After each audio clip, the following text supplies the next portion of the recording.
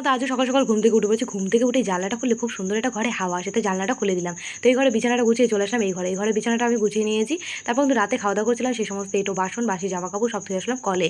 তো একটা ঝাঁটা নিয়ে সে ঘরের কোনা কামছি, ঘরের ভেতরটা কিন্তু আমি ঝাঁট দিয়ে নিয়েছি। তো আমার ঘরগুলো কিন্তু খুব সুন্দর করে আমি পরিষ্কার করে নিলাম।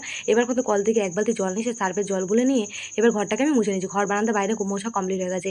ঠাকুরের বাসনগুলো কিন্তু এখন মাজতে বসে পড়েছি। তুলসী মন্দিরটাও কিন্তু আমি ধুয়ে নিয়েছি।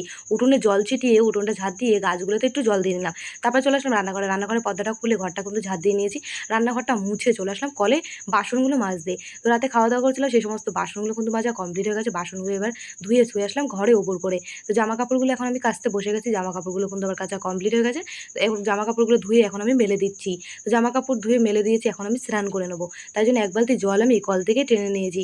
তো ব্রাশ করে নিলাম। তো এখন আমি স্নান টান করে গোপাল সোনাকে কিন্তু সকালবেলা এখনো সেবা দেওয়া হয়নি। তো তাড়াতাড়ি করে কিন্তু স্নান করে গোপাল সোনাকে আমি সকালবেলা সেবা দিই, তারপর যাবো মায়ের কাছে। তো রোজ সকালে বাড়িতে আমার এই কাজগুলোই থাকে বন্ধুরা।